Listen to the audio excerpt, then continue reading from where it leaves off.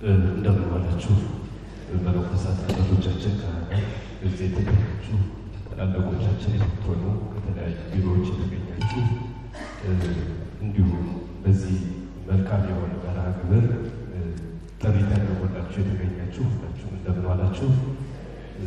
በመልካም ነገር የሰበሰበን እግዚአብሔር አምላካችን የተመሰገነ ይሁን። ይህን መጽሐፍ አዘጋጁልን ለጋሽ ዘላለም በጣም ትልቅ አክብሮትን ምስጋና ማቅረባለሁ። እንኳን ደስ አላችሁ ማለት እፈልጋለሁ።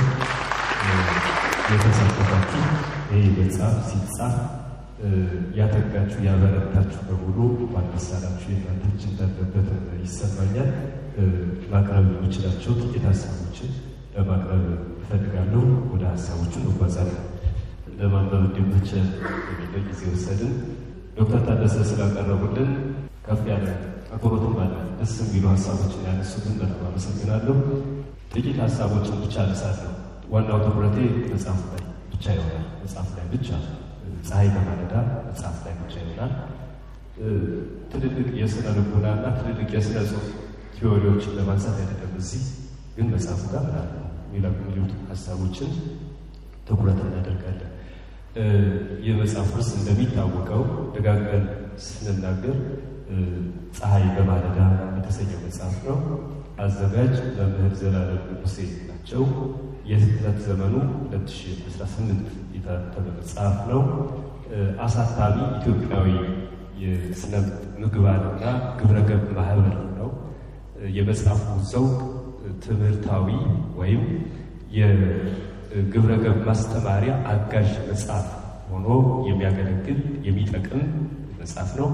የገጽ ብዛቱ የመጀመሪያ አካባቢ የተወሰኑ ገጾች ውጭ በመጽሐፍነት አንድ ሁለት ተብለው የተቀመጡት 130 ገጽ ያህል ተቀምጧል። ሌሎችን ስንጨምራቸው መጨመር ጥሩ ስለሆነ 140 ገጽ አካባቢ ይደርሳል። ግብረገብ እንግዲህ እንደሚታወቀው በሃይማኖት ትምህርት በኩል በጣም ትኩረት የሚሰጠው ነው። በፍልስፍና በኩል ትልልቅ ፈላስፎች ሀሳብ አቅርበውበታል። በማህበራዊ ሳይንስ ዘርፎች የማህበራዊ ሳይንስ ሳይንቲስቶች ብዙ ሀሳቦችን ለማዋጣት ጥረት አድርገዋል። ስለዚህ ከቀደም ጀምሮ እስካሁን ድረስ የግብረገብ ጉዳይ በጣም ሀሳብ ይወጣበት ይወርዱበት የነበረ ከእኛም ሲደርስ በጣም ብዙ ጉዳዮች የተነሱበት እንደሆነ እናያለን። ይህን ስናይ በተለይ በፍልስፍናው ቀደምቱ ኤርስቶትል፣ ፕሌቶ፣ ሶቅራጥስ ሳይቀር ይህን ሀሳብ በትልቅ ጉዳይ ያነሱት ነበር። ከዛም በኋላ የተነሱት ስነ ምግባር የሚል ሀሳብ አቅርበው በውስጡ ግብረገባዊ ጽንሰ ሀሳቦችን አስቀምጠዋል። እንዲህ እያለ ዛሬ ላይ ደርሰናል። በሃይማኖት አይነት ስታይ ትልቁ ነገር ከሞራል ጋር የተገናኘ ከስነ ምግባር ጋር የተገናኘ ከሰው ክብር ጋር የተገናኙ ሀሳቦች እንደየእምነታቸው ሰዎች አንስተዋል። ትሪፓቲ ይህንን ግብረገብን የሰው ድርጊትና ጠባይ ላይ ያተኩራል በሚል ይገልጠዋል። የሰው ድርጊቱ ላይ የሰው ጠባይ ላይ እንዳለ ይናገራል። በግብረገብና በስነ ምግባር ዙሪያ ሀገራዊ ጉዳዮችን በሚመለከትና ጉዳቶቹን ክፍተቶችን በማሳየት የሚታወቁት ጠና ዶክተር ግብረገብ የሰው ማንነት ይገለጥበታል ብለው ያነሱና ውስጣዊ ማንነቱ እንደሚገለጥበት ይናገራሉ። የውስጣዊ ማንነቱ የሀሳቡ የህሊናው አይምሮ ጠባያዊን የበለጠ ለማሳደግ የሚጠቅም መሳሪያ እንደሆነ ያስቀምጣሉ። ይህንን ስናይና ሌሎች በጣም ስለ ግብረገብ የተጻፉ ጉዳዮችን ስንመለከት ግቡ ሰፊ ነው። ግብረገብ ጠባብ ግብ አይደለም። ሰው መነሻው ሰው ነው። ተፈጥሮ ሰው በሰውነቱ እንዲያድግ ደግሞ ከፍተኛ የሆነ አስተዋጽኦ ይኖረዋል። ከግብረገብ የተፋታ ሰው ሰው ለመሆን ይከብደዋል። ከግብረገብ ጋር የሚኖር ሰው ግን ሁሌም የውስጡ ማንነት ስለሆነ በውጩ የሚንጸባረቅና የሚተገበር ሰውነቱን እያሳደገ ይሄዳል። በዚህም የሰው ልጅን ትክክለኛ የማሰብ ችሎታ የማገናዘብ ችሎታና የተፈጠረበትን ዓላማ መሰረታዊ በሆነ መንገድ እንዲያሳድግ በምግባረ ሰናይ በሰናያት እንዲያጌጥ የሚያደርገው ትልቁ ግቡ የግብረገብ እንደዚህ እንደሆነ እንድናስተውል ያደርገናል። ከዚህ በተጨማሪ ይሄ ግብረገብ ለአንድ ሰው ለሁለት ሰው ብቻ የሚተው ሳይሆን ለግለሰቡ ለራሱ ማደግ ቢጠይቀውም የመጀመሪያ ተጠቃሚው ግን ራሱ ግለሰቡ ነው። ይሄ የሚጀምረው ከፈጠረው ፈጣሪን የሚያከብር ፈጣሪውን የሚወድ ከፈጣሪው ጋር የሚኖር ሰው ፈሪሃ እግዚአብሔር ያለው ሰው እግዚአብሔርን የሚያከብር ሰው ተጠቃሚ ነው። ስለዚህ ግለሰቡ ራሱ ተጠቃሚ ነው ማለት ይቻላል፣ ያስደፍራል። ልጆቻችንን ግብረ ገብነት ማስተማራችን ይህን ግብረ ገብነት የመጀመሪያዎቹ ተጠቃሚዎች ልጆች ራሳቸው ቢሆኑ እንደ ደረጃው ግን ወላጆች፣ ቤተሰብ፣ ማህበረሰብ ከፍ ሲል ሀገር ከፍ ሲል ዓለም በጣም ተጠቃሚዎች ይሆናሉ ይላሉ ሳምሶን ወርቁ የተባሉ ስለ ልጆች መጽሐፍ የጻፉ አንድ የስነ ልቦና ሰው። ይህ በመሆኑ ግብረ ገብ ከቤተሰብ፣ ከሀገር፣ ከግለሰብ፣ ከዓለም ላይ እንዲህ እንድንኖር የሚያደርገን ከሆነ በመልካምነት የሚተገበሩ ነገሮች አሉ። መልካም ያልሆኑ የሚያፈርሱ ግብረ ገባዊ ድርጊቶችን እንመለከታለን። በዚህ ዓለም ገጽታቸው ብዙ የሆኑ ክስተቶችን እናስተውላለን። እነዛ ሁሉ መሰረታቸው ግብረ ገብ የተባለው የሰው መገለጫ ውስጣዊ ማንነቱን የምናይበት ነው። ግብረ ገባዊ የሆነ ትውልድ፣ ግብረ ገባዊ የሆነ ግለሰብ፣ ግብረ ገባዊ የሆነ ማህበረሰብ፣ ግብረ ገባዊ የሆነ እንደ ሀገር መገለጫዎች ሲያድጉ ግን መልካምነት እያደገ ይመጣል። የሚገነባ ይሆናል። የሚያፈርስ ሳይሆን የሚገነባ እንዲሆን ያደርገዋል።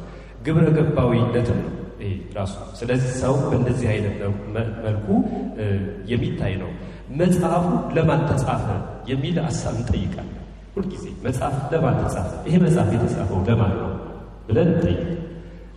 አንድ ሰው ሲዘጋጅ፣ አንድ ሰት ሲደረስ፣ አንድ መልእክት ሲላክ ቀደምት በቅዱስ መጽሐፉ እንደምናየው መልእክት ጳውሎስ ሐዋርያ መልእክት ይልካል። ለሮሜ ሰዎች፣ ለገላትያ ሰዎች፣ ለተሰሎንቄ ሰዎች፣ ለቲቶ፣ ለጢሞቴዎስ ይልካል። ለፊልሞና የሚመለከት ጽሑፍ ይልካል። እነዚህ መልእክታቶች መልእክት ሲላክ ተደራሲ ያለው ማለት ነው። መልእክቱ የሚደርሰው አንባቢ ያለው ማለት ነው። ሰሚ ያለው ማለት ነው። ተቀባይ ያለው ማለት ነው። የሚመለከተው ሰው አለ ማለት ነው።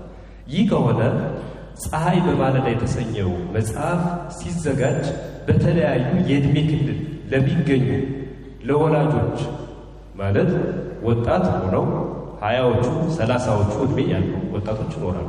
ልጅ የወለዱ አባት እናትነት ያላቸው ለሕፃናት በእድሜያቸው ልክ እንዲረዱ ሆኖ ቢያነቡላቸው የሚጠቅም ለታዳጊዎች፣ ለአዳጊዎች፣ ለወጣቶች ማስተማሪያ የተዘጋጀ መጽሐፍ እንደሆነ ተገልጧል። መጽሐፉ ራሱ ይሄ ይመሰክራል። መጽሐፉ ለዚህ ዓላማ ለማን ነው ካልን ለተለያየ የዕድሜ ክልል የሚገኙ ወላጅም ልጅም ለሆነ በስራ ቦታ ከልጆች ጋር ለሚሆን ሰውነት ለሚመለከተው ሁሉ የተጻፈ መጽሐፍ እንደሆነ በዚህ እናያለን። ለመጽሐፉ መዘጋጀት አነሳሹ ነገርስ ምንድን ነው ሚል ደግሞ እንጠይቃለን። ለምን ተጻፈ? ጸሐፊው አዘጋጁ ይህን መጽሐፍ ለምንድን ነው ያዘጋጁት? ሌላ አይጽፉም ነበር? እንደነ ዶስቶቭስኪ እንደነ ሼክስፒር አይጽፉም ነበር? እንደ ቀደምቱ እንደነ በዓሉ ግርማ አይጽፉም ነበር? እንደ ክቡር ሐዲስ ዓለማየሁ አይነት አይጽፉም ነበር? ለምን ጻፉት ብለን እንጠይቅ። የመጀመሪያው ያዘጋጁ የህይወት ዓላማ አነሳሽ ይሆናል። በዚህ በመጽሐፉ ጀርባ ላይ አሁን ሶስተኛው የህይወት ምዕራፍ ተጀምሯል። ከግብረ ገብ አስተምሮ ጋር ላንፋታ ተጋብተናል ይላል። የተጋባ ሰው አይፋታም አይደል? የተጋባ ሰው አይፋታም። የአመል ችግር ካለበት የተጋባ ሰው ሊፋታ ይችላል። የአመልና ሌላ የአመል ያፋታል እያልኩ አይደለም፣ ብያኔ እየሰጡ አይደለም፣ ይቅርታ። ግን የአመል ችግር ሊያፋታው ይችላል።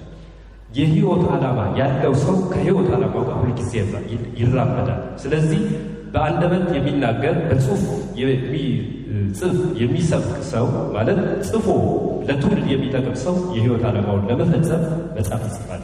ሁለተኛው በግብረ ገብ ዙሪያ የሚታዩ ችግሮች እንደ ዋና ምክንያት ይጠቀሳሉ። አሁን ዓለም በጣም ብዙ ዝብርቅርቅ የሆኑ ነገሮች ይታያሉ።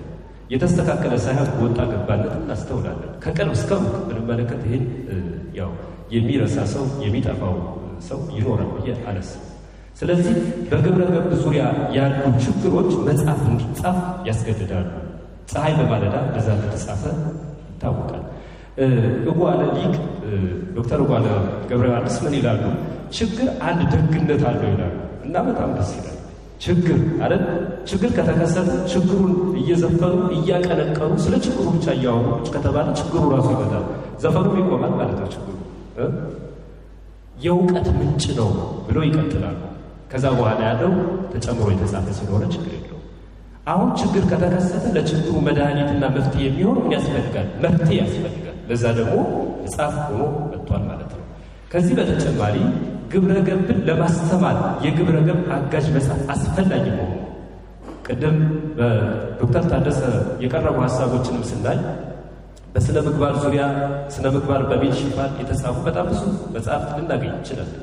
እነዛ መጽሐፎች ግን የእውነት ስለ ፈጣሪን ስለ ማክበር ነው የሚናገሩ ወይስ መቻቻል የሚሉ ርዕሶች ምናምን ጥሩ ናቸው። በጣም ማራኪ የሆኑ ርዕሶች ይኖራሉ።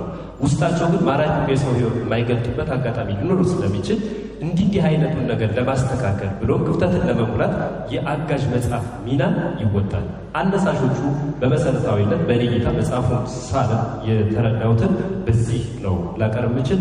ከዚህ በላይ ሌሎች ሁሉ ሊኖሩ እንደሚችሉ ይጠበቃል። ከዚህ በተጨማሪ የመጽሐፉ አቀራረብና አደረጃጀት ሲቀርብ እንዴት ነው የተደራጀ የሚለውን ማየት ጥሩ ነው። በጣም እንዲህ አይነት መጽሐፍት ብዙ ጊዜ በአጋዥነት የሚታተሙ መጽሐፍት እናስተውላለን።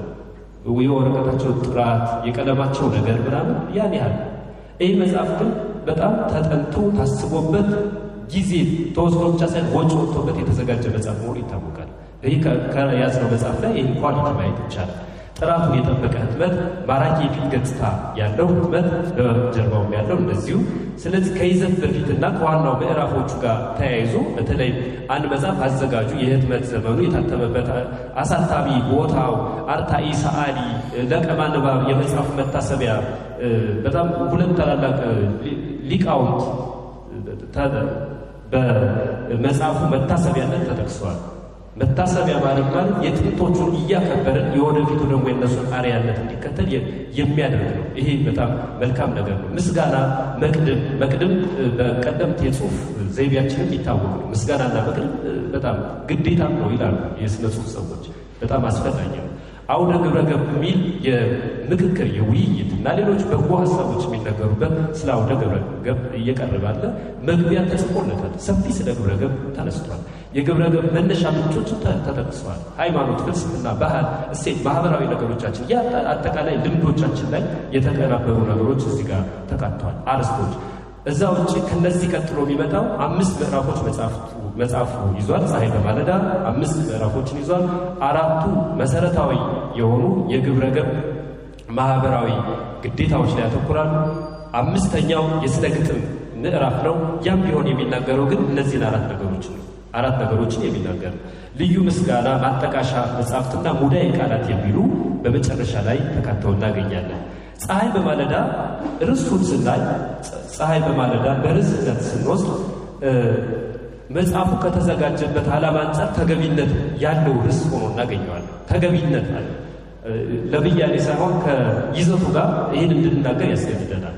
በመጽሐፉ ውስጥ ከሚተረኩ ታሪኮች ለምሳሌ በርዕስነት የተቀመጡ ትንሿ ፀሐይና ግብረ ገብ የሚሉ ሀሳቦችና ሌሎችም በትረካ ውስጥ የሀሳብ ምልልስ ወካይነት ከሚያደርጉ አካላት መካከል ፀሐይ የተሰኘች ወካይ አካል በመያዝ የመጽሐፉ ርዕስ መሆኑ ይበል ያሰኛል።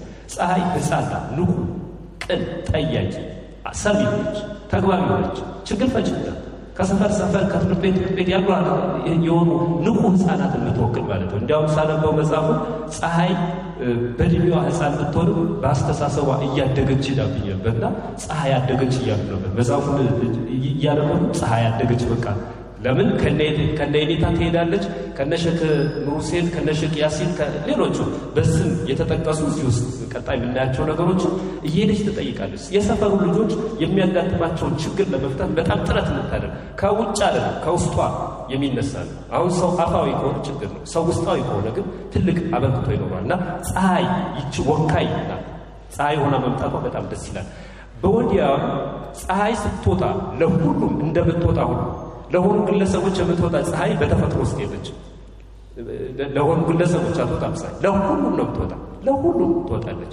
እንደምትወጣ ሁሉ ግብረ ገብ ደግሞ ለሰው ልጆች ሁሉ አስፈላጊ ነው። ለሰው ልጆች ለሙሉ አዳም የሚባል ወይም ለሌላ ሰው የሚባል የለም። ለሁላችን ግብረ ገብ አስፈላጊ ነው። ብሩህ ፀሐይ ለሁሉ ፍቃትን እንደምታጎናጽፍ ንዑስ ግብረ ገብ ሰናይ ምግባር በፈጣሪ የሚሆን በሰው ዘንድ ያስከብራል። ስለዚህ ፀሐይ ለሁሉ እንደምትወጣ ሁሉ ግብረ ገብ ለሁሉ የሚል ትርጉምን ይሰጣል። ከዚህ በተጨማሪ 3ኛው የመጽሐፉ የፊት ገጽ ራሱ ሲቀናበር በጣም ጥሩ ነው። ፕሮፌሽናል የሆነ ዲዛይን ነው። ይሄ በፀሐያማ ቅንብር ነው የተቀናበረው አይደል? የማለዳ ፀሐይ እናያታለን። እዚህ ፍክት ያለ ገጽ ነው። ፀሐያማ አይደል? የማለዳ ፀሐይ ለውሏችን ሁሉ ተስፋ አላት። የማለዳ ፀሐይ ተስፋችን አቀጭጫብን አትገባም። በነገራችን ለነገም ሌላ ተስፋ አድርገን ነው የምትሰናበተን። በፍቅር የወጣች ፀሐይ በፍቅር ትሰናበታለች። በግብረ ገብ የሚኖር ሰው በፍቅር ይኖራል፣ በፍቅር እያንዳንዱ ነገር ያከናውናል። እና ፀሐይ በማለዳ በርስነት ይሄን የሚይዝ ነው። የመጽሐፉ ዓላማ ያው የመጽሐፍ የተዘጋጀበት ዋና ዓላማ የግብረ ገብ ትምህርት አጋዥ መጽሐፍ መሆኑ በመጽሐፉ ተጠቅሷል። እንዲሁም የግብረ ገብ ታሪኮችን ተግባራዊነት ባለው ምሳሌ ያሳያል። ይህም የዛሬ ልጆች ወጣቶች ከትላንት አባቶች እናቶች መልካም ምግባርና ብርቱ ሰብዕና ጋር ያስተሳስራል። ማስተሳሰር የተቆረጠ ካለ ችግር ነው። የተሳሰረ ነገር ግን ይቀጥላል ማለት ነው። ፍሰት ይኖረዋል። ከትውልድ ትውልድ በትውፊት ይሸጋገራል። በእውቀት የሚሸጋገሩ ነገሮችም ይኖራሉ። በዛው ነው። በተለይም ለልጆች ግብረ ገባዊ የሆኑና ግብረ ገባዊ ያልሆኑ ነገሮችን ለይተው እንዲረዱ እንዲኖሩ እንዲለዩ ብቻ ሳይሆን እንዲኖሩ የማስተማር ዓላማ አለው። ለዚህም በመጽሐፉ የመቅድም ክፍል በዚች መጽሐፍ የሕፃናትና ወጣቶች መንፈሳዊ ወይም ሕሊናዊ ጤንነት የተሟላ ይሆን ዘንድ የአባቶቻችን ግብረ ገባዊ ትውፊት ተዘጋጅተው ቀርበዋል በሚል ይጠቀሳል። በዚህ የምናየው የሰው መንፈሳዊነት የሕሊና እድገቱ የሚመጣው ከግብረ ገባዊ ማንነቱ በሃይማኖት የሚያሳድገው በማህበረሰብ ስሪት የሚያሳድገው በትምህርት የሚያሳድገው በብዙ ነገር የሚያሳድገው ሁኔታ እንዳለ ሁሉ በተጨማሪ ይህች መጽሐፍ አንድ ተማሪ በግብረ ገብ ትውፊት ታንጾ የቤተሰብ እምነት እነዚህ ምንጮች ናቸው አይደል? የግብረ ገብነት ምንጮች የቤተሰብ እምነት፣ ባህል፣ ወግ፣ የማህበረሰብ ፍልስፍና ጠብቆ እንዴት ማደግ እንዳለበት ታስተምራለች። ይህ ማስተማር አላማ የግብረ ገብ ምንጮች እነማን እንደሆኑ ካላወቀ አንድ ሰው ወዴት እንደሚራመድ መሪ እና አቅጣጫ ሊጠፋው ይችላል። በዚህም እነዚህ የቤተሰብ እምነት ክርስትና የሚከተል ቤተሰብ ክርስትና የክርስትና ሃይማኖትን ይከተላል። በእስልምና ውስጥ የቤተሰብ ያለ ሰው የእስልምናው ሃይማኖት ይከተላል። ቤተሰብ ጋር ያለው አስተሳሰብ የማህበረሰብ ፍልስፍና ትላንትና እንግዳን ስንቀበል ምን ይመስል ነበር? ለቅሷችን፣ ሐዘናችን፣ ደስታችን፣ ይሄ ተግባቦታችን፣ ምግባራችን በአጠቃላይ የሚገለጽባቸው እንደ ሀገር ምን ይመስላሉ የሚለው የሀገር ፍልስፍና እንዲማሩ የሚረዳ ዓላማ ነው። የመጽሐፉ ይዘት እና ጭብጥ ምን ይመስላል ካል የመጀመሪያ ምንድነው? ይዘቱ ነው። መጽሐፉ በአራቱ ምዕራፎች 26 ያላነሱ ታሪኮችን ይዟል። ግጥሞቹ አሉበት። በጣም ይሄ የተወደደ ትረካ ያለው ነው። ለአንባቢ የሚማርክ ሆኖ የቀረበ ነው። በአብዛኛው በተግባር የተከናወኑ መሆናቸው አስተማሪነታቸውን የጎላ ያደርገዋል። የምዕራፍ ፈጠራዎች ሳይሆን ሙሉውን የያዙት ይሄ በትምህርት ቤት ውስጥ በቤት ውስጥ በጓደኝነት ውስጥ በአባትና በልጅ መካከል በማህበራዊ ጉርብትና ውስጥ የሚከሰቱ ነገሮች ሁሉ ተጠቅሰዋል። እንድታረጉት ነው። ከጊዜ አንጻር ማን የለበት አዎንታዊ ከሆኑ ገጽታዎች የመልካምነትን ጥግ ለማሳደግ ግብረ ገባዊነትን ለማዳበር፣ አሉታዊ ከሆኑ ገጽታዎች ደግሞ ክፉ ነገሮችን አርሞ መልካምነትን ገንዘብ ለማድረግ የሚረዱ እውነተኛ ታሪኮችን በይዘትነት ቀርበዋል። ይህ በጣም ይበል ያሰኛል፣ ደስ ይላል እና ጋሽ ዘላለም በጣም እናመሰግናለን እንዲህ አይነት ነገር ስለጻፉ። በይዘትነት ይሄን ካየን በተለይ ፀሐይ በማለዳ ማህበረሰባዊ የሆነ በማህበረሰብ ስንኖር ይሄ ግዴታው የግብረ ገብ ምስጢራት ተብሎ የተቀመጡ አሉ። ፈጣሪን ማክበር አይደል? ፈጣሪን ማክበር የጥበብ መጀመሪያው እግዚአብሔርን መፍራት ነው ይላል ቅዱስ መጽሐፍ አይደል? ጥበበኛ ሰው አስተዋይ ነው የሚል ሰው በዓለም ላይ ብዙ ክብር ብዙ ዝና አለ የሚለው ሰው ሆኖ ፍጡር ስለሆነ ሰው ራሱ ማክበር የሚቀርበው ፈጣሪን ማክበር ፈጣሪን መፍራት ነው። ይሄን ያስቀምጣል። ወላጅን ማክበር አይደል? ከህግ በጣም ትልቁ ወላጅን ማክበር የፈጠረ ማለት የወለደን ከአብራኩ የተገኘ ልጅ ስለሆነ ወላጅን ማክበር። መማር ይሄ በትልቅነት የቀረበ በተለይ መማር ግዴታ አይደለም ብሎ የሚከራከር እዚህ አንድ ጽሑፍ አለ። መማር ግዴታ ነው? ግዴታ አይደለም። መማር የእውቀት ምንጭ ነው። አንድ የእውቀት ምንጭ ፍራንሲስ ቤከን ይለዋል። እውቀት ሊገኝበት መማር ደግሞ ያልተማረ ማህበረሰብ መቼም ሊያድግ አይችልም። በአይምሮ ጠባያዊ ነገሮችን መመልከት ይኖርበታል። በትምህርት ደግሞ መደበኛ ትምህርትም ሌላ ኢመደበኛ በሆነ ሁኔታ ማሳደግ የሚገባውን እንዲያሳድግ ይረዳል። ማንነትን ማወቅ ሌላኛው ማንነት እኔ ማነው እኛ ማነን እኛነታችን ውስጥ ብለን እንጠይቅ የሚያደርጉ አራቱ የማህበረሰባዊ ግዴታዊ የግብረ ገብ ምስጢራት በመጽሐፉ ተቀምጠዋል። ከዛ ውጭ እነዚህ ይዘቶች ደግሞ ውብ ስብጥር አላቸው። የተስማማ ህብርም ሰጥተዋል። በመጽሐፍ ውስጥ እውነተኛ ታሪኮች አሉ። እውነተኛ ታሪኮች ዝም ብለው የማይፈጠሩ የተወሩ የተነገሩ የተቀመጠ የተነሳ የተንቀሳቀሰ የሚያደርጋቸው ክፍል ውስጥ ተማሪዎች ምን እንደሚያደርጉ ጎረቤት ውስጥ ምን እንደሚደረግ ህፃናት ምን እንደሚያስቡ አባቶች እንዴት ሊያርማቸው እንደሚገቡ ሌሎች በጣም ብዙ ዝርዝር ጉዳዮች በዚህ መጽሐፍ ውስጥ ተቀምጠዋል። ምሳሌያዊ ንግግሮች አስተማሪነት ባላቸው ሁኔታ ቀርበዋል። ግጥሞች አሉ። አንደኛ አንድ ምዕራፍ ተሰጥቷቸዋል፣ ምዕራፍ 5። ሁለተኛው ግን ያንን ሐሳብ የሚያወለብቱ ሆኖ በየዝሩ ጽሑፉ መካከል በየትረካዎች መካከል ቀርበዋል። ሙከራዎች አሉ። በጣም ብዙ በቁጥር ብዙ ናቸው። በውስጣቸው ልዩ ልዩ ጥያቄዎችን ያስተናግዳሉ። ምክሮችም ቀርበዋል። ለልጅ ምክር ይገባዋል። ለልጅ ስንል ፀሐይ በማለዳ መጽሐፉ እንዲሁ የጠዋቷን ፀሐይ የልጅነት ዕድሜን ይንገር እንጂ ወላጅን የሚመለከት መጽሐፍ ሆኖ ልብ ማለት ይጠይቃል። ምክሮች አሉ። አስተማሪ ሐሳቦች አሉ። ጀስቲፋይ የተደረጉ ሪዝኒንግ ያላቸው አመክንዮ የያዙ አሉ። ስዕሎች በጣም በበዛ ሁኔታ በእያንዳንዱ አውድ የሚቀርቡ ነገሮች አሉ። የፈጠራ ትረካዎች አሉ። ማለት ባጭሩ በጣም ጥቂቱን ፐርሰንት የሚይዙ ምዕናብን የሚያሳልፉ ነገሮች አሉ። ይሄ በተለይ ብዙ ነገሮች እንድናስተውል ያደርገናል። እነዚህ ታሪኮች ምን ይላል? ውድ አንባቢያን በመጽሐፏ ውስጥ የምናገኛቸው አብዛኛው ታሪኮች ከእውነተኛ የድርጊት ክንውን የተነሱ ሆነው ለባለ ታሪኮች ደህንነት ሲባል ቦታ የስምና የጊዜ ነው ተደርጎባቸዋል በማለት የእውነተኛ ታሪክ ማንነት እንዳላቸው አዘጋጁ ገልጸውልን ያልፋሉ። የመጽሐፉ ጭብጥ ሰፊ ነው። እንዲህ ብቻ ብለን አናልፈው። መጽሐፉ የተዘጋጀበት ዋና መሰረታዊ ትኩረት የግብረ ገብ ማስተማሪያ አጋዥነት ቢሆንም ከመጽሐፉ ውስጥ ግን ሰፋፊ ጉዳዮች መገቤት ይቻላል። በእያንዳንዱ የሀሳብ ምልልስ፣ ታሪክ፣ ትረካ፣ ምሳሌ፣ ግጥም ውስጥ ጥልቅ ሀሳቦችም ተካተውበታል። አንድ አንባቢ ይህን ሲያነብ እኔስ ምን እላለሁ ሊል ይችላል። እኔስ ምን እመስላለሁ ብሎ ራሱን እንዲፈትሽ ያስገድደዋል። እኔስ ምን እያደረግኩ ነው ብሎ ራሱን እንዲጠይቅ እድል ይሰጠዋል። በንባብ መንገዱ ብዙ አመክንዮዎችን፣ እውነታዎችና ተጨባጭነት ያላቸው ተግባራትን በማስተዋል ለሕይወት የሚበጁ ጭብጦችንም ይዳስሳል። እንዲሁም የመጽሐፉ ዝግጅት የሚያተኩርባቸው የግብረ ገባዊ ግዴታዎች ማለትም ፈጣሪን ማክበር፣ ከላይ የጠቀስነው ወላጅን ማክበር፣ መማር፣ ማንነትን ማወቅ እንደመሆኑ በልዩ ሁኔታ በተለይ በአስደናቂ እይታዎች የታገዙ አድንቆትን የሚያጭሩ እንዲሁም ቁጭትን የሚፈጥሩ ነገሮች አሉ። እንዴት እንደዚህ ሆነ የሚል እኛ ማህበረሰብ፣ እኛ ህዝብ፣ እኛ ቤተሰብ ውስጥ እንዴት እንደዚህ ሊፈጠር ቻለ ብሎ እንዲቆጭ የሚያድርግ ጭብጥን ይዘዋል። ለምሳሌ ያህል በዋናነት በዚህ በፀሐይ በማለዳ ውስጥ በሃይማኖት መኖር አንዱ ጭብጥ ነው።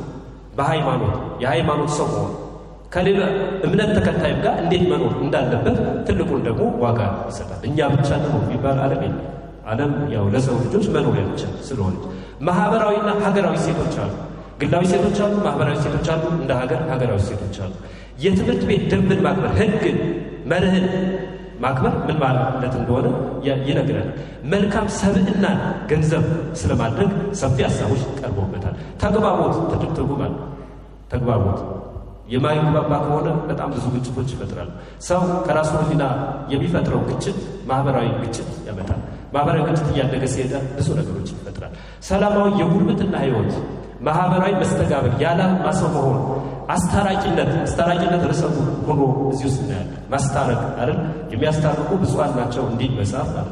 አስታራቂነት ጠብ ሚዘራ ባለበት አስታራቂነት ትልቁ የግብረ ገብ መገለጫ የህሊና ሚዛን የሚመዘንበት። ስለዚህ እንዲህና መሰል በጣም ብዙ በፈርጅ የሚቀመጡ ሌላ ትንታኔ የሚፈልጉ ሀሳቦች በመጽሐፍ ውስጥ ተካተው እናገኛለን። ከሁሉም በላይ ደግሞ የፈረሱትን በመጠገን የጎደሉትን በመሙላት የተሸረሸሩትን ለመስራት ከፍተኛ ትጋት እንደሚያስፈልግም ያመለክታል። በእነዚህ ጭብጦች ውስጥ በመጽሐፍ ውስጥ ኢትዮጵያዊነትና ኢትዮጵያዊ ሴቶችን የሚያስተምሩ ታሪኮች፣ ሀሳቦች፣ የተኖሩ የህይወት ልምዶች ቀርበውበታል። ይህም መጽሐፉ ትላንትን ከዛሬ፣ ልጅን ከወላጅ፣ ታሪክን ከተግባር፣ ሩቅን ከቅርብ በማስተሳሰር የሚያስተምርበት መንገድ የመጽሐፉን አስፈላጊነት ከፍ እንዲል ያደርገዋል። ስለዚህ አስፈላጊያችን በጊዜ የደረሰ መጽሐፍ እንደሆነ እንድናስተውል ያደርጋል። ከጭብጦች መካከል ለምሳሌ ኢትዮጵያዊነትና ኢትዮጵያዊ ሴቶች አንድ ብንወስድ በመጽሐፍ ውስጥ በተጠቀሱ ታሪኮች ውስጥ የኢትዮጵያውያን የግብረ ገብነት ትውፊት ምን እንደሚመስል በብዙ ጽሑፎች ላይ እናገኛለን። ራሱን ችሎ ርዕስ አንቀጽ ተሰጥቶት አንድ ሀሳብ እናገኛለን። ኢትዮጵያዊ መልኩን የሚል ርዕስ እናገኛለን ውስጥ ጋር።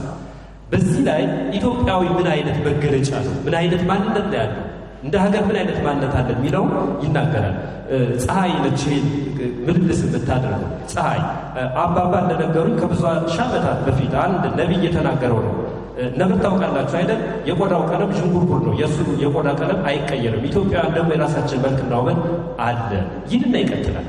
በለቅሷችን፣ ደስታችን፣ ሐዘናችን፣ በጎ ነገሮችንና ችግርም ሲመጣ የምንጋራቸውን ነገሮች በኢትዮጵያዊ ስሪት ውስጥ በኢትዮጵያዊ አይን፣ ህሊና፣ ህይወት ውስጥ ምን እንደሚመስል ከታሪክ ከትውልድ ትውልድ የተሸጋገሩ ነገሮች እዚህ ጋር አጽንኦት እንድንሰጥ ያደርገናል እና መገለጫዎቹ እና ሴቶቹ እዚህ ውስጥ ተጠቅሰው እናገኝ። ማንነት ከጭብጦቹ መካከል ይጠቀሳል።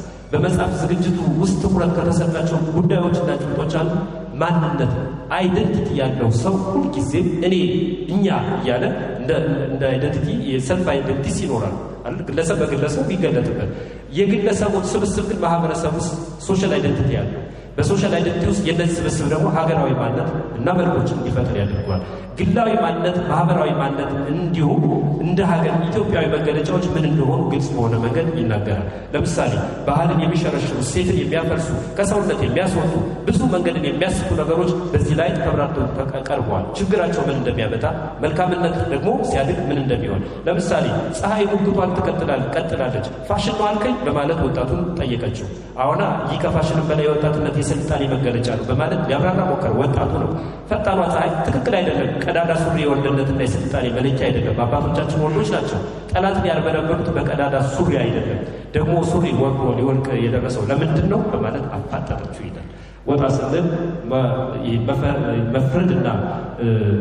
መፍረድ ባይኖርብኝም ምናቸው መልኮች ናቸው እነዚያ ከቀደመ ኢትዮጵያዊ ማንነት ጋር የማይዛመዱ አብረው የማይሄዱ ይልቁን እንዲያው እኛ ማንን የእውነት ኢትዮጵያዊ ነን፣ እውነት ከኢትዮጵያዊ ቤተሰብ የተገኘ ነው ይህ ሰው ይህች ሰው ብለን የምንጠይቃቸው የአለባበስ፣ የንግግር፣ የአስተሳሰብ፣ የድርጅት የብዙ ነገር ውጤቶች ማንነት የሚመለከቱ ሀሳቦች በዚህ መጽሐፍ እንደ ግብረገብ ተጠቅሰው እናያለን። ከዚህ በተጨማሪ በመጽሐፍ ውስጥ ትልቁ ነገር ከዚህ ከይዘትና ከጭብጥ ጋር ተያይዞ እንደ መገለጫ ፀሐይ በማለዳ ስናይ እንደ መገለጫ አካታች ሆኖ አካታችነት አሁን በጣም እያደገ ነው። ቃሉ አካታች በእምነት አይደል? እስልምናው ከክርስትናው የኑሮ ደረጃ የተለያዩ ሰዎች የሚያደርጓቸው የሀሳብ ልውውጦች አሉ። በጾታ ሴት ወንድ የሆነ ገጸ ባህሪ ሴቶች ብቻ የሚያወሩበት አይደለም። ይህን ስንል እንዲያው በማህበረሰብ ነጥለን እንዳልተው እንጂ እንደ ኢትዮጵያዊ አስተሳሰብ የሆነ ፌሚኒስት ምናምን ለማቀጥቀጥ አይደለም። በጾታ ግን ስብጥር አለው እዛ ውስጥ በእድሜ አረጋውያን፣ ህፃኖች እንዲሁም ደግሞ ጎልማሶችና ወጣቶች የሚመካከሩበት የሚነጋገሩበት ሀሳብ አለ። ተጨባጭ ናቸው። ሚኖር ህይወት የሆነ ቦታ ላይ ያለ አሉ ተብሎ የመጣ ሳይሆን የሚታዩ ነገሮች ቀርበውበታል። ግልጽነት ይታይ። ለሚያነቡ ሰው ግልጽ መልእክት ያስተላልፋል። በተለይ የቀረቡ ሀሳቦችና ታሪኮች፣ ግጥሞች ለመረዳት ቅርብ ናቸው፣ ግልጾች ናቸው፣ ለማስተማር የሚያስችሉ ናቸው፣ ገላጭነት አላቸው። ይሄ በስዕል የቀረቡ፣ በግጥም የቀረቡ፣ በተምሳሌት የቀረቡ፣ በብዙ አይነት ነገር የቀረቡ ነገሮች በአጠቃላይ ገላጭ ሆነው እናገኛቸዋለን። ይሄ ልዩ መገለጫው ግጥም ፀሐይ በማለዳ መጽሐፍ ውስጥ ትልቅ ቦታ ይሰጠዋል። ብቻውን መተንተን ያስፈልግ ነበር፣ ጊዜ ግን ይወስዳል። በመጽሐፍ ውስጥ የተካተቱ የግጥም ስራዎች በሙሉ አስተማሪዎች ናቸው። ማያስተምር ግጥም እዚህ ውስጥ የለም። መልእክት አላቸው። የግጥም ስራዎች ፈጣሪን ማክበር፣ የማህበረሰብ እሴት መጠበቅ፣ የህይወት መርህ መከተል፣ ራስን ማክበር ጥልቅ በሆነ ኪነ ጥበባዊ ሀሳብና ይዘቶች ተገልጿል።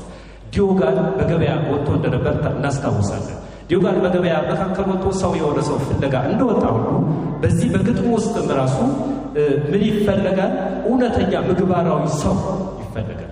እውነተኛ ምግባር ከምን የራቀ ከቺት ከክፋት እና ከሌላ ቅድም ሲገለጽ እንደነበር ከዘረኝነት ከጎጠኝነት ከምናምን የራቀ ማለት ነው። ይህንን ሲያሳይ በተለይ ሰውነት መፈለግ እንዳለበት የዚህ መንደር ሰዎች ግጥም በጣም ትልቅ ትርጉም ይሰጠዋል። እኔ ሰው ጠፍቶኛል፣ እስኪ ሰው አፋልጉኝ፣ የሰው ሽታ ያለው ሰው ማለት እኔ ነኝ፣ በፈጣሪ ግብር ሰው አድርጎ የሰራኝ ብሎ የሚናገር እውነት የሚሸተኝ እስኪ ፈልጉልኝ፣ እርሱ ነው የጠፋኝ የዚህ መንደር ሰዎች ምናምን እያለ ይቀጥላል።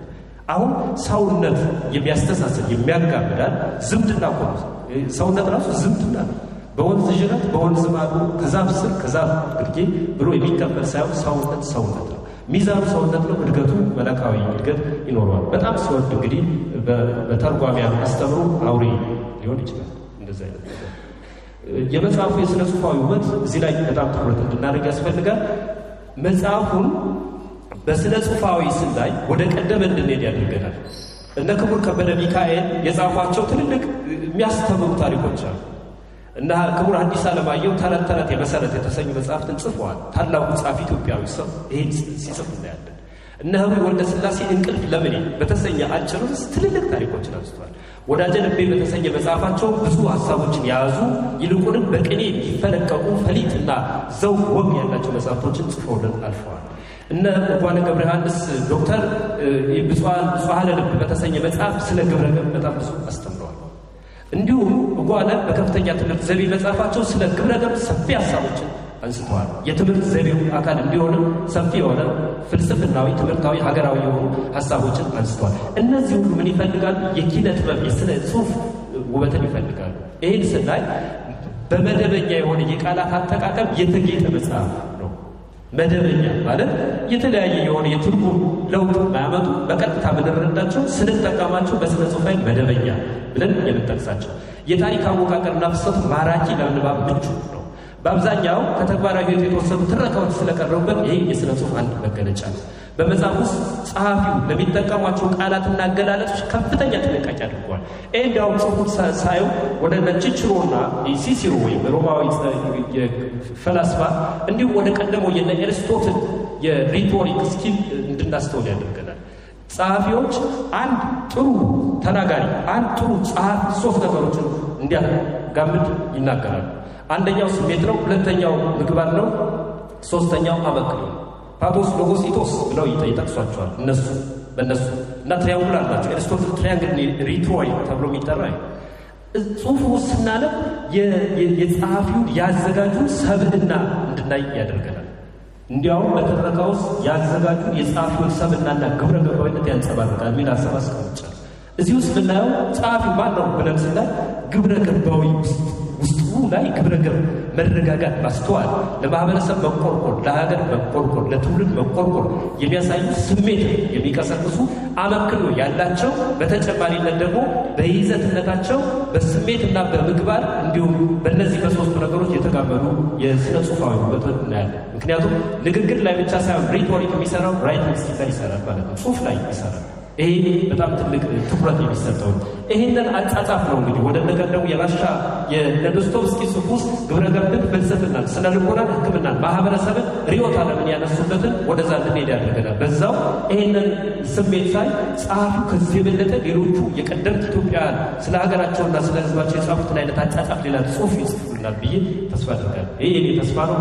ለጋሽ ዘላለም ግን አክብሮት እንድትሰጡልኝ መሀል ላይ ጠይቃለሁ። በጣም ይህ በጣም ደስ የሚያሰኝ ማለት ነው እና የሚቆጭ ውስጥ ላይ የተቀመጠን እምቅ ሀብት እንዳለ የሚያሳዩ አጻጻፍ ሁኔታዎችን ከጸሐፊው ሕይወት፣ ምክንያቱም ጽሑፍ ከጸሐፊው ሕይወት የሚቀዳል። በስነ ጽሑፍ ትምህርት ቤት ውስጥ ምንድነው ከጸሐፊ ሕይወት ጋር ይገናኛል። ሀሳቤን እየጨረስኩ ነው። ፕሌቶ ምን ይላል? ሊትሬቸር ሹድ ቢ ዲዳክቲክ ይለናል። ማስተማር አለበት፣ ምክንያታዊ መሆን አለበት ጽሑፍ ይለናል። ይሄ መጽሐፍ ሲጻፍ ምክንያታዊ ለማስተማር የተጻፈ ጽሑፍ ነው። ተገቢና ትክክለኛ ትርጉም አላቸው። በመልካም ፊደላት በኩል እንግዲህ በጣም የተዋጣለት አማርኛ በአማርኛ በትርጉም ሲቀመጥ እንዴት መቀመጥ እንዳለበት ያየሁበት መጽሐፍ ነው። በዋናነት ጽሑፍ ሲጻፍ መልካም ፊደሎቹ እና ትርጉማቸው አብሮ ትርጉም በሚሰጥ ሁኔታ መቀመጥ ስላለበት በአጠቃላይ መጽሐፉ በውብ የስነ ጽሑፋዊ ህብር ተሸፍኖ ተዘጋጅቷል ማለት እንችላለን። ፋይዳው ምንድነው ካልን ፋይዳው በጣም አጭር።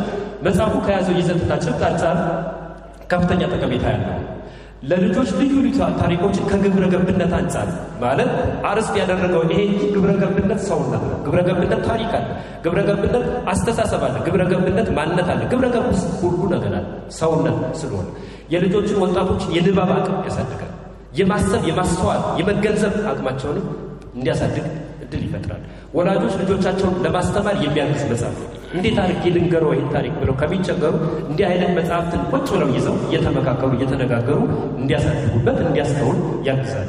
አዳጊ ልጆችን ለሚያሰለጥኑ ባለሙያዎች ለስልጠና ግባት የመሆኑ አቅም ያለው መጽሐፍ። ታሪኮቹ ራሱ እያንዳንዱ ታሪኮች የውይይት ርዕስ ሆነው አንድ ቀን ሁሉ አንድ ርዕስ ሊጨርስ ይችላል።